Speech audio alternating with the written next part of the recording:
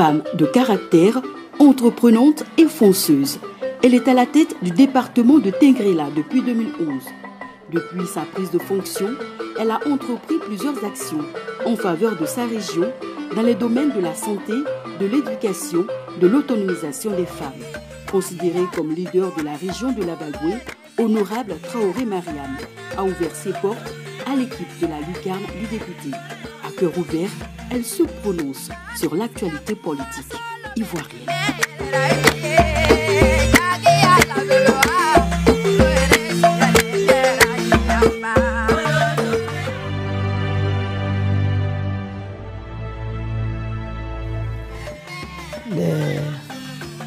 Je m'appelle Honorable Traoré Mariam, député de Tengrela, disons DBT, Papara, Kanakono, Tengrela, commune et sous-préfecture.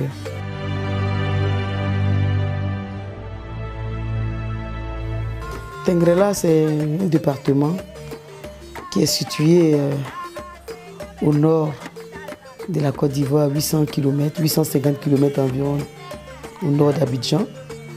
Un département qui est à la pointe de la Côte d'Ivoire, donc à l'entrée de la Côte d'Ivoire, qui est un département qui a ses trois côtés maliens. Je peux dire le nord c'est le Mali, à l'est c'est le Mali, à l'ouest c'est le Mali et le sud c'est le département de Kouto.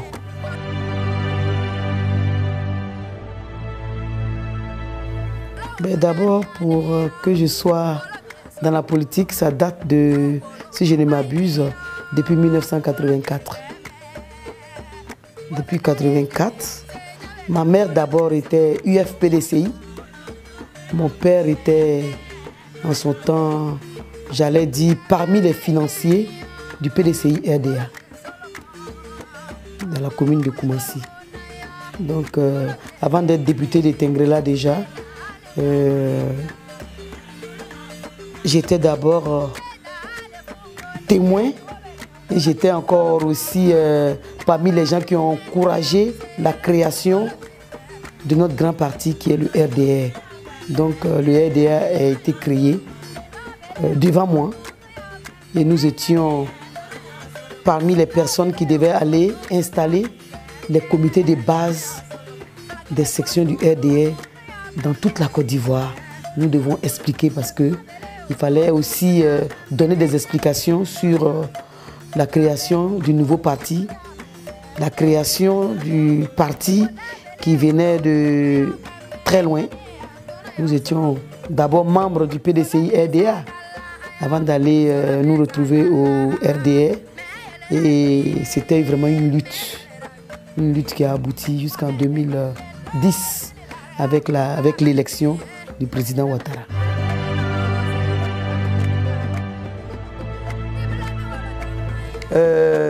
Aujourd'hui, j'ai eu la chance d'avoir une usine de traitement d'or pour extraire l'or aujourd'hui.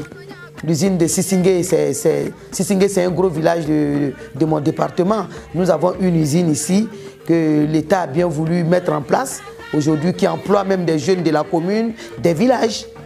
Donc je ne me vois pas en train de travailler sur ce dossier-là et puis en même temps encourager l'orpaillage clandestin. Parce que l'orpaillage clandestin, ça entraîne la prostitution, les débauches, ça entraîne beaucoup de choses.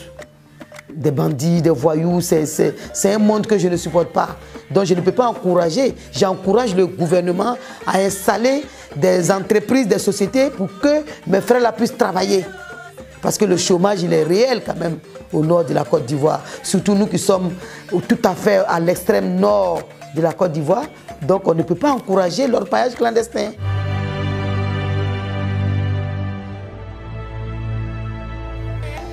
Bon, je pense qu'en politique, les gens ont peur des personnes qui disent ce qu'ils pensent, qui disent la vérité. C'est vrai ce que vous dites. Je ne suis pas une femme manipulable. Personne ne peut me manipuler aujourd'hui au 3e millénaire, surtout en Côte d'Ivoire. Je ne suis pas manipulable. Je dis ce qui est. Peut-être que ce n'est pas une réalité, mais je dis ce que je pense. Et puis je dis haut et fort ce que les gens pensent, ce que la majorité pense en dessous. Et moi, je ressors, je mets sur la table. Cela ne veut pas dire que je ne suis pas une femme bien. Je dis ce qui est réel. Donc, je peux me permettre même de vous dire que je suis une opposante au pouvoir. Je suis dans le pouvoir. C'est mon pouvoir qui est là.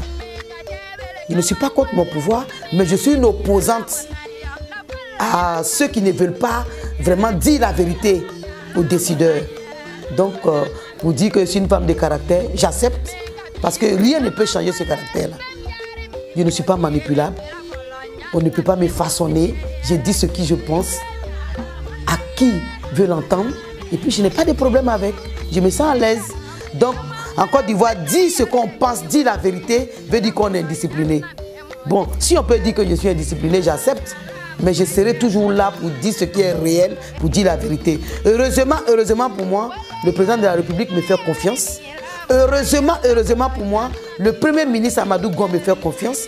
Heureusement pour moi, le président de l'Assemblée nationale, M. Soro Kibafori Guillaume, me fait confiance. Donc, je dis ce qui est réel, parce que nous revenons de loin. Depuis 1994, nous avons eu un parti qui a beaucoup souffert. Nous avons eu le pouvoir en 2010. Nous devons encore nous remettre ensemble, comme le président de l'Assemblée nationale demande. Nous devons prôner la paix. C'est dans l'union que nous pouvons réussir. Vous ne pouvez pas savoir que certains allaient nous trahir aujourd'hui.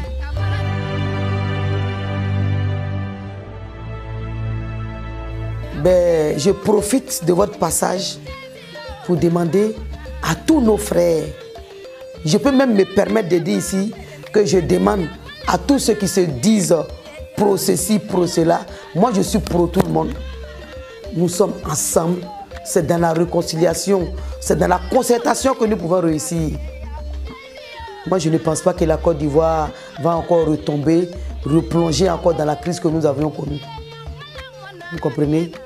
Et ce que je peux demander à nos frères et sœurs, que nous nous mettons ensemble, que ce soit Amadou Gon Coulibaly, que ce soit Soro Guillaume, nous serons là pour les mettre ensemble. Et ils n'ont jamais même dit ouvertement qu'ils ne sont pas ensemble, qu'ils ne se parlent pas. Ce sont nous qui sommes à côté, les populations, comme on dirait, nous les... Je ne sais pas comment dire avec le mot. Nous qui sommes à côté, qui devons les unir. Il ne s'agit pas de dire qu'on est avec Soro. Moi, Soro est mon patron. Je travaille avec lui, je lui fais confiance. Amadou Gon, il est mon patron, je lui fais confiance. Je travaille avec lui. Les gens n'ont qu'à arrêter les propos. Je vois, quand je vais sur les réseaux sociaux, j'ai mal. Les gens racontent n'importe quoi. C'est dans l'union que nous allons réussir. Personne n'a trahi son ami. Aujourd'hui, nous qui sommes là, nous regardons la tête. Notre tête, c'est qui? C'est le chef de l'État. C'est lui seul qui peut nous mettre ensemble. Parce qu'un père de famille ne peut pas aimer un enfant pour laisser un autre. Vous avez vu ça où? Moi, si j'ai plusieurs enfants, ce sont mes enfants. Je ne peux pas dire que c'est plus pas renier un enfant. Donc nous tous qui sommes là, moi-même qui suis là, nous appartenons à Alassane Ouattara. C'est à lui de nous mettre ensemble et je pense que ça sera pour bientôt. Que les uns et les autres arrêtent de faire croire que tel va devenir président ou tel ne sera pas président. C'est un faux débat. Moi, je ne rentre pas dans ce schéma-là. Je ne rentre pas dans le schéma de la division. Soro est RDR. Il est un de nos premiers responsables du RDR. Moi, j'estime qu'il est toujours avec nous et il sera toujours là.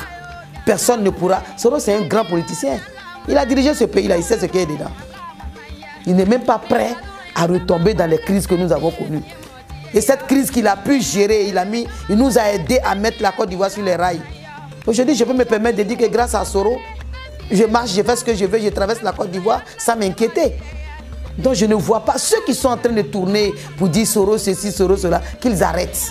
Il n'y a pas de feu à la demeure.